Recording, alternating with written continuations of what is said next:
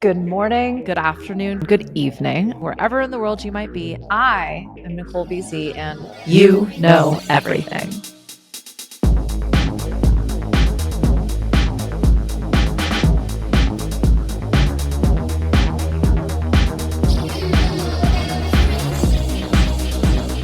I'm trying to make the perfect new glasses who dis face. For those of you just listening, you're doing the right thing.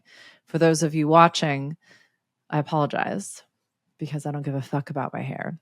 I am really excited about these glasses, and I'm wearing them for the last episode of our Creative Disruptor Summer series. And I think it's very apropos. And these are the first pair of glasses I have astigmatism. And so I need them for both distance and like farsighted-ish. My vision has like changed dramatically over the last year, along with everything else. I blame Helene for that. I am now gray. I'm entering my crone phase. And now that like they put 2 different prescriptions into these glasses, which is a total fucking ripoff, just for the record, because I don't need them to read. I've never needed them. If anything was sort of more than like, let's say 2 feet from me. Anywho, they make me a little dizzy, and they're going to be my work glasses only, I think. Maybe I will get used to them, but I would love to know what you think of these glasses. Should they ever leave the house or the computer screen? You tell me. But you will see soon, no pun intended, why I wanted to wear my newest, coolest, boldest frames yet. And short disclaimer before we jump into this episode, and for those of you who have been listening to this summer series, I'm about to repeat myself for the umpteenth time. I encourage you to skip ahead 15 to potentially 30 seconds, depending on how long this one goes for. This is not pre-recorded. I am not an expert. I am simply a fan, and a pretty, loose fan at that, of all of these different artists. For most of them, I'm not sure how you could not be a fan. Some of them I just wasn't really all that familiar with. Some of the, shall we say, newer artists on the scene, I'm not really good at like doing what the pop culture trends tell me to. So I just hadn't really like dug in yet, but having now done so, deep respect. And I like the music. I don't know why I just did that voice. Anywho, this artist is not just iconic. Like, I think they are the definition of icon. Like, I'm pretty sure if you look it up, they would be used as the example. I learned a lot about them. I will not be able to share everything about them. This will likely be the longest episode yet, hopefully the best.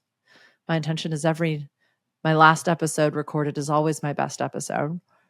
We started pretty low qual though, so it's not been difficult to raise the bar.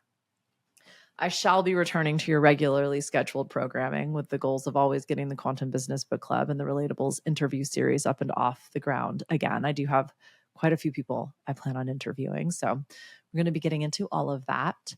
I don't have any other changes to announce, nor any more disclaimers to offer in terms of this particular artist. So, my friend, my family, dearly beloved, we are gathered here today to disrupt the industrial music machine.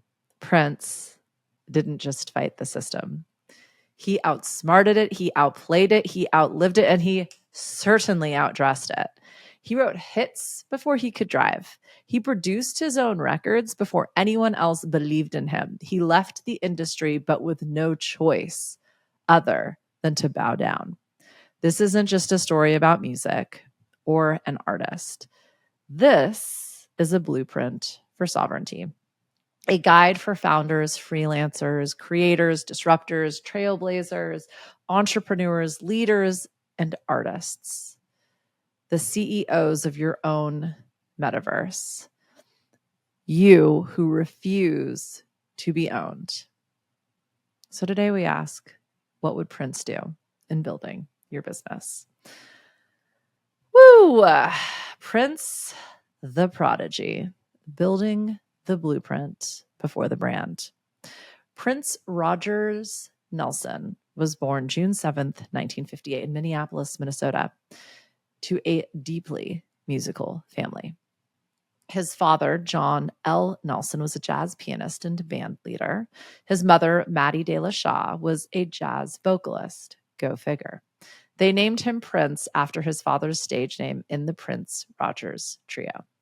I named my son Prince because I wanted him to do everything I wanted to do. John L. Nelson. But Prince's childhood wasn't exactly royal. It was fragmented and it was painful. His parents divorced when he was 10. He bounced between households, sometimes sleeping in friends' basements, other times crashing at his auntie's.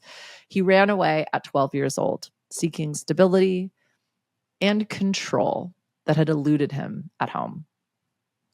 By high school, he was playing guitar, drums, bass, piano, everything. And he was writing original music while living with the Anderson family, his friend Andre Simone's fam. These formative years taught him two things. No one was coming to save him. And if he wanted to be free, he needed to feel like he was in control of his music, of his art, of his expression, every note, every beat, every decision. By 18, Prince had recorded a full demo tape. And by recorded and full, you'll see what I mean. It was funded by his cousin's ex-husband, and it blew the minds of Warner Brother executives. They thought it was a whole band. It wasn't. It was just Prince recording the full demo. He performed every instrument. He wrote every song. He recorded it. He produced it. He engineered it. He mastered it. Everything. People weren't doing that yet. Not even close. In fact, it was so uncommon that Warner Brothers initially refused. They reneged on the deal when they found out that Prince was a band of one. And they sure as shit didn't want to give him the creative control he asked for. But he didn't budge. He famously walked away from a $3 million offer from Columbia because they wouldn't give him total authorship. Warner Brothers relented, and that was a first. We're already disrupting the industry. His first album.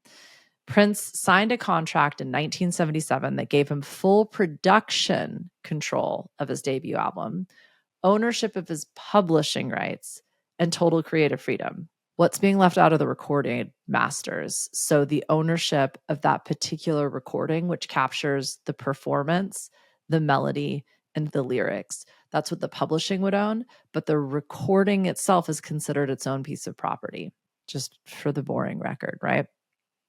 But regardless, at 19 years old, Prince was already CEO in a world where artists, especially Black artists, were often seen as replaceable talent, not decision makers. This is the late 70s, my friend.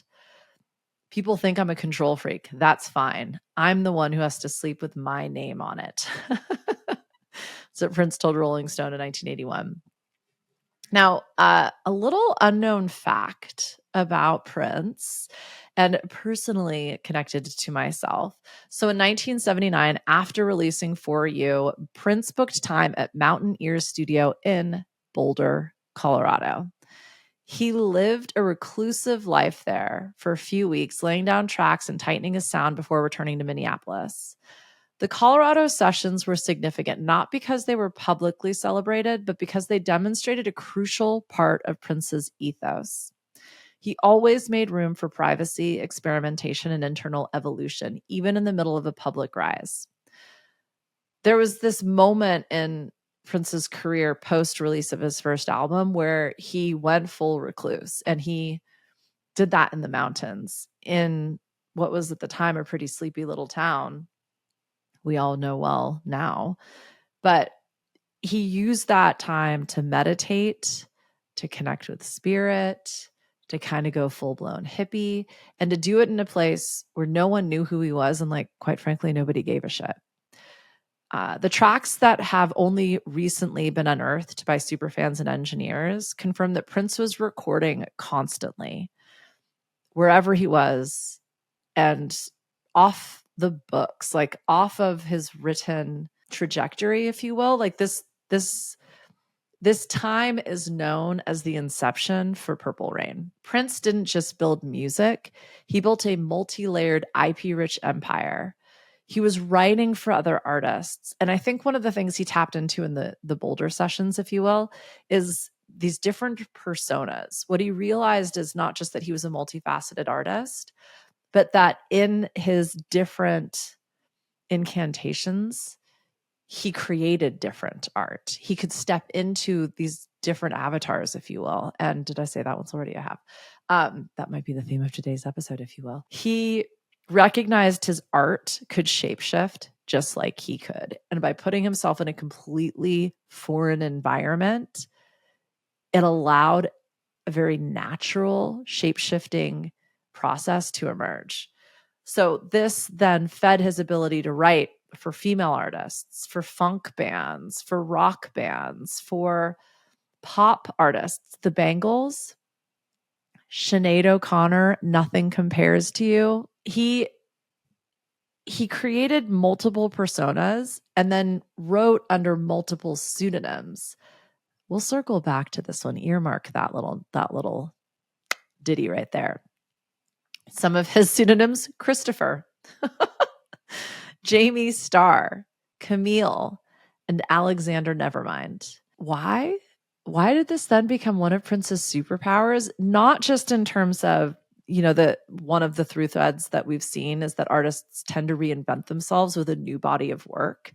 So rather than thinking about everything you've ever created as part of this portfolio, it's like looking at these different eras, these different epochs of your creative endeavors and recognizing that there's potentially an entirely different persona, an entirely different person and creator driving this moment. And therefore they make different art and full permission to step into a completely different persona. We saw that with Bowie for sure. But I think each of the artists in this series exemplifies that. Pharrell kind of does it in terms of the type of creative product that he's working with. Dilla redefined time and genre. Everybody kind of took these different constructs, broke them down, and then rebuilt them in their own way. That's why they're disruptors. But I like this idea of like playing with different characters, because I think that makes it very easy to not just shapeshift, but to do it in real time. But Prince found another fucking advantage and therefore loophole. These different pseudonyms allowed him to circumvent contract restrictions and create new revenue channels. This is where he disrupts, my friend. This is what differentiates him from the other artists. He didn't just own his IP. He didn't just shapeshift. He didn't just work across different genres or potentially even mediums. He became different people, which then allowed him to make all different types. Like his multiple income streams were like his different characters that he played, his different avatars. He used these alter egos to release music Warner Brothers wouldn't approve under his main name. This was corporate warfare. I shouldn't be laughing, but, and if you know, you know, but Prince was quoted as saying, record contracts are just like, and I'm going to say the word, slavery. And if you look at the evolution of the music business, especially in the United States, I don't think that is hyperbolic. I'm just going to leave that one there. There's a great Netflix documentary on, is it Sun Studios? Anyhow, you know me and trying to pull proper nouns out of my brain hole. I'll get very distracted. But just to repeat the quote from Prince in 1996, he said, record contracts are just like, and I'm going to say the word, slavery. His Camille persona, for example, was designed to pitch up his vocals and challenge gender binaries. The entire album was shelved by Warner, but bootlegs made it into a cult classic. And in 2023, Camille was finally scheduled for official release through his estate. In 1987, Prince opened Paisley Park Studios in Chanhassen, Minnesota. It was a 65,000 square foot facility that housed a state-of-the-art recording studio, video editing suites, live performance spaces, living quarters, and a literal vault of unreleased music, rumored to host like thousands of songs. Paisley Park was Prince's answer to Hollywood, MTV, and the music industrial complex. It wasn't just a studio, it was his kingdom, right? It was his self-contained creative empire. He didn't need LA. He didn't need New York. He built his own. Prince didn't wait for permission. We've heard that one before, right? He became undeniable and unstoppable. By the time most people heard of him, he had already had full creative control, publishing ownership, and a self-contained business empire. He didn't need anyone. So what would Prince do? He'd write the grant before the nonprofit had a name. He'd build the team before asking for startup capital. He'd compose the score before anybody greenlit the film. So what would Prince do? Let's imagine, and this is taken from a real world example I am working through right now. You're building a disaster recovery nonprofit, somebody that teaches permaculture and home building after climate disasters. You don't wait for FEMA or the SBA or your local government to support you. Instead, you build on what you've already done. You design a full DIY disaster resilience curriculum with printable guides and how-to videos. When you're able, you host community teach-ins and you record those. Then you build a shareable hub before you ever apply for the grant. That's a Prince move. By the time you pitch partners, you pitch private foundations, you pitch private individuals, you apply for existing funding, you're not begging. You're showing them what you're doing and why it matters and how it can be impactful, and you're giving them an opportunity to support. This is already in motion. You can join it or you can watch it change the game without you. That's what Prince would say, right? That's what Prince would do. So Prince moves into like full-blown rebellion at this point, not just ownership, not just full creative kingdom, let alone control. This is where the birth of the icon occurs. So by the early 1990s, Prince was one of the most influential and successful artists. Every now and again, I'm like, wait, am I recording? Prince is one of the most influential and successful artists on the planet. Platinum albums, world tours, music videos on constant rotation. I mean, talk about being a household name. But behind the scenes, he was engaging in a very quiet war with his label. And it all came down to one word: ownership. Prince had signed a groundbreaking deal in 1977, but by 1992, they still controlled his release schedule, like I said, his master recordings and his public image. So he couldn't just bring them a concept or drop it like it's hot Beyonce style, right? He'd written, produced, and performed over 500 songs, but most of them were unreleased. He wanted to put them out at his own pace. I mean, talk about a disruptor, y'all. Like, guess who all of these artists are pulling from these days? But Warner Brothers refused. They didn't care about the music. They just wanted to control the pipeline, Prince said at a 1996 press conference. This was about more than ego. Prince knew what few artists really ever understand. If you don't own your masters, you don't own your music. In 1993, Prince made a move so bold, it became iconic. I mean, it's like the image I think of when I think iconic. He changed his name to an unpronounceable word. Initially, like I did a little dive into the Egyptology and like symbiology behind it because I thought it was the Ankh, but it is not. It is an unpronounceable glyph merging the symbols, male and female, but it also incorporates like a musical instrument as well, making it not a word. It was an image. And it wasn't a marketing gimmick. It was contractual rebellion.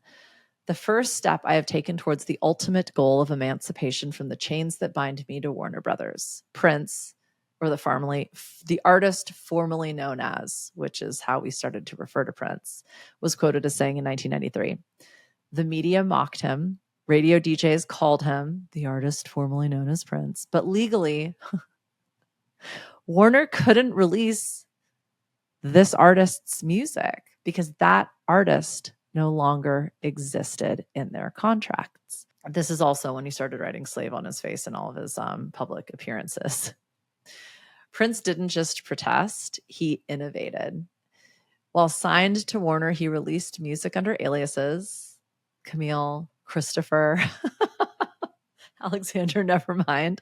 He flooded the market with side projects, drowning the pipeline, right? He stockpiled master tapes in his vault, in his kingdom, releasing them after his contract ended. Once emancipated, once free, he tested every alternative model to traditional music distribution. He gave away albums with newspaper purchases. This was not something people were doing. He gave away Planet Earth in 2007 with the UK's Mail on Sunday. I feel like that inspired. God damn it, BC. I hate how my brain can't pull out. Remember when you would get iTunes on your iPod and it came with an album and it was that Irish band U2, and you couldn't fucking delete it? Anywho, thanks, Prince. Thanks for creating that new paradigm. He launched the NPG Music Club. Yep. An early online membership site where fans paid for exclusive downloads, live streams, and videos. This was launched in 2001, like with the internet. And now we have platforms like Patreon and Bandcamp. Like, thank you, Prince, for creating that metaverse. He partnered directly with retailers like Target to release Lotus Flower in 2009. He bypassed traditional retailers and made millions upfront as a result. If you don't own your masters, your master owns you, Prince is quoted as saying. Prince's fight with Warner wasn't pretty. It was prophetic. Today, artists like Taylor Swift, Frank Ocean, and Chance the Rapper all cite Prince as the blueprint. He showed what happens when you bet on your back catalog. You build distribution alternatives and you turn contracts into chess pieces, not shackles. So we're looking at this regenerative, decentralized nonprofit building DIY permaculture and shelters as solutions post-disaster.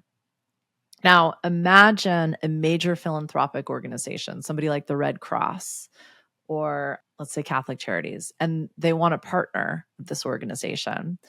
But the contract restricts where this little local organization can deploy. It requires co-branding. So, these bigger organizations are across everything they do. And it claims 50% of the curriculum. So they own half of everything that's created in this partnership. On the one hand, this little local regenerative nonprofit feels pretty great. They're getting nationally and potentially internationally recognized. So then their impact could spread so much further. But they've lost their freedom. What would Prince do? He'd keep the curriculum 100% in-house. And then he'd license per project. So he'd say, if this is something you believe in, you can use it for a particular amount of time in pre-agreed upon spaces and potentially for some type of a share in terms of funding, or you can fund the usage of this material outright. But he would never give away ownership. And then he would look at how can we develop multiple parallel revenue streams. Then he'd ask, how can we rinse, wash, and repeat this? How can we develop additional revenue streams so that we're able to now provide this in more places, to more spaces, to more communities? How can we allow local governments or mutual aid or even digital platforms to be able to access this and teach this, hopefully hands-on, so that everything is operating outside of a single entity, theirs or these national organizations? He might even start a whole new organization and keep it like a sister project with a different name, with a different mission. Keep it super guerrilla, super organic, super grassroots, and release these creations in his time when he feels like it's going to be most impactful, maybe with or without disaster. Prince wasn't just good at music. He was world class in every domain that he touched. What would Prince do? He'd be the polymath. He recognized that mastery makes you untouchable. He treated art like war. And by the time people discovered the battle plan, Prince had already won. He played in the first album that he wrote, For You, that was released in 77, 78. He played 27 instruments on it. And it wasn't a flex, it was a strategy. He didn't have the money to hire a band, so he played everything himself. It also gave him complete creative control and also complete ownership. He's not giving anything away to other songwriters or performers. He's also not giving any influence. You know, it was all his vision, his performance style, his art. There was no compromise. There was no scheduling delays. Like, working with other people is one of the most challenging parts about working in a band or writing an album or, you know, putting something out into the creative domains. There were no middlemen. There were no ideas infiltrating his own. He mastered, he vertically integrated. He was completely free. And he never separated his sound from his image. He curated every frame of his career, from the eyeliner to the erotic metaphors to the androgyny to the lace gloves. And it wasn't for shock value. It was an intentional brand universe rooted in ambiguity, mystique, and maximalism. Too black, too white, too feminine, too masculine. I must be all of those things. I'm Prince, he said on the Arsenio Hall show in 1991. He made binary look boring, and he became impossible to categorize. By 1984, Warner Brothers wasn't just releasing his albums, they released his film, Purple Rain. And it wasn't just a movie. It was a live action music video universe. It was a behind the scenes performance fantasy. It was a marketing mega bomb that sold 13 million records. And Prince, he wrote the script, he starred as the lead, he soundtracked the whole thing. And this was while he was in his 20s. This laid the groundwork for artists as multi-platform entrepreneurs decades before Beyonce dropped Lemonade or Donald Glover dropped Atlanta. Because Prince didn't just sell music. He sold a reality, a fantasy that you entered. Every album was an epoch. Every tour, a different dimension. Every wardrobe change, a new character. So instead of scaling one identity, he evolved. Controversy was Afro-futurist political funk. 1999 was sci-fi glam. It was party apocalypse. Like, Sign of the Times was gender-bending rock operas. The Rainbow Children was jazz fusion with a spiritual awakening. Musicology was like a classic soul revivalist tour monetizing his roots. Each character, each avatar, each shift, each epoch never diluted his brand. It deepened his legend. So what would Prince do? How can you apply this to this nonprofit? When we lean into this evocative, evolutionary, regenerative, decentralized, emergent business, which I'm going to be talking a lot about after this episode, my friends, you don't separate roles.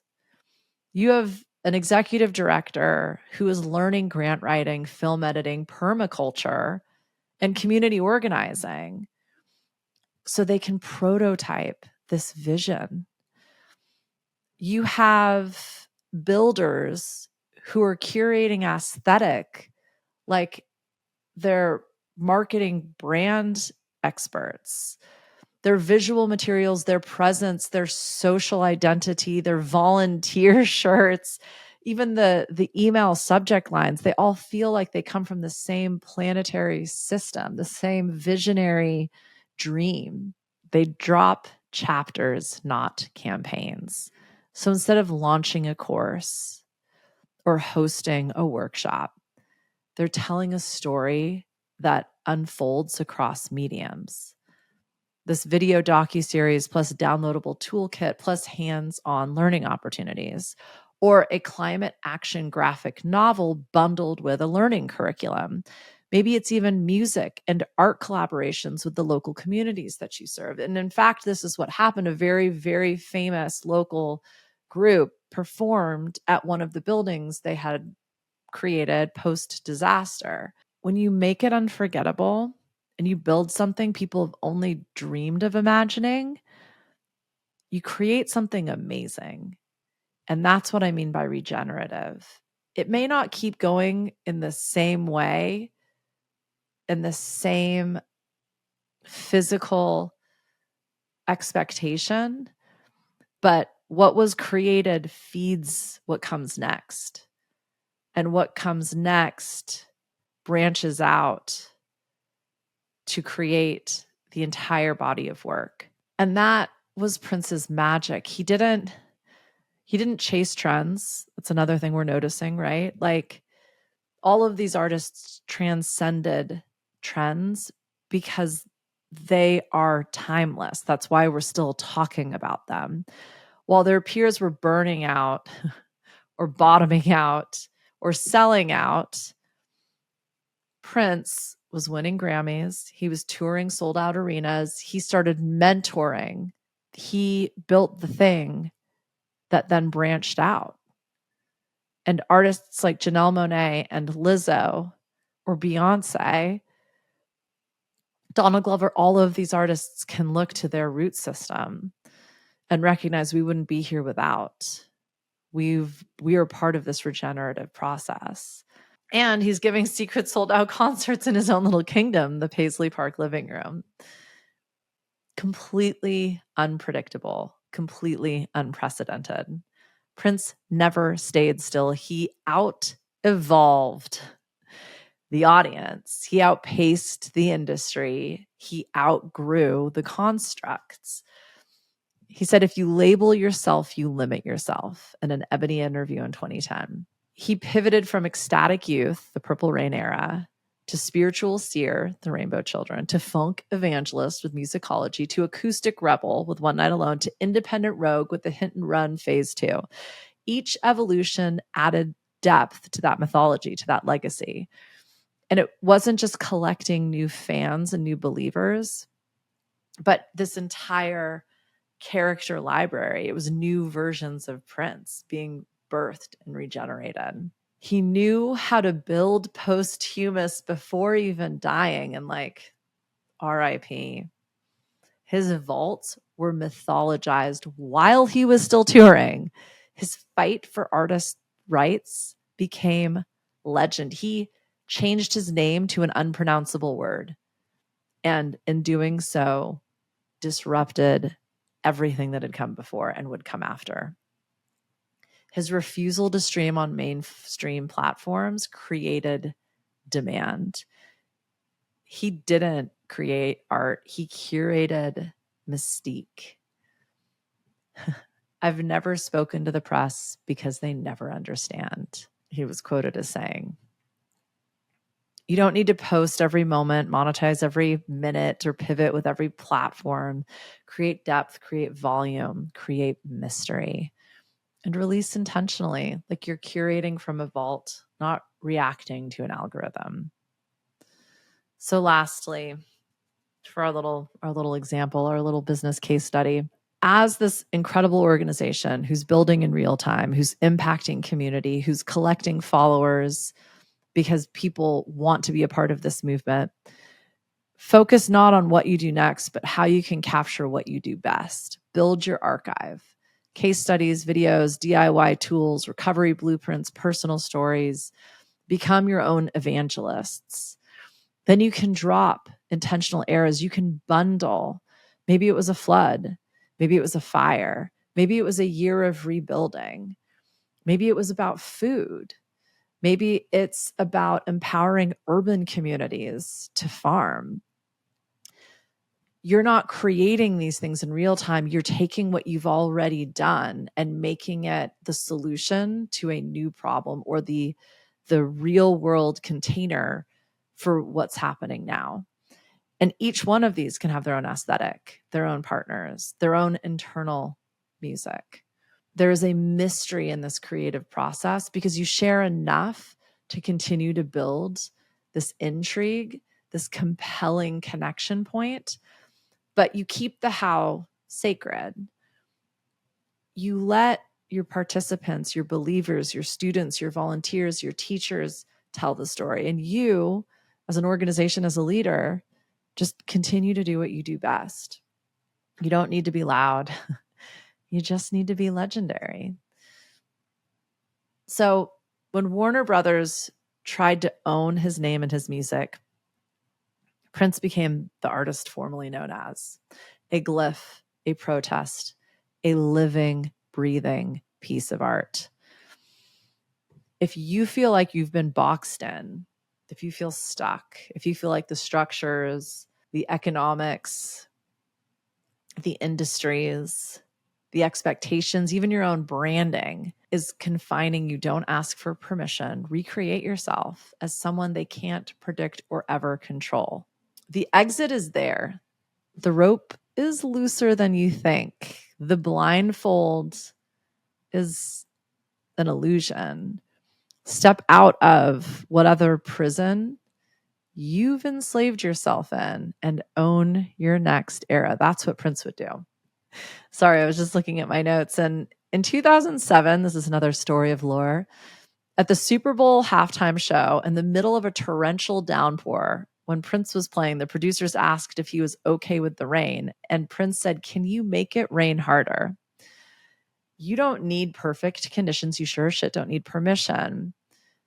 You need presence. Go all in. The storm could be your spotlight. So stand in your truth, your joy, your power, not later, right now, especially if it's raining." Sheila E., aka Vanity Six, was mentored by Prince, and they built their career with his guidance in the shadows, never compromising, in total sovereignty, because it was about a vibe. You may not even know Vanity Six.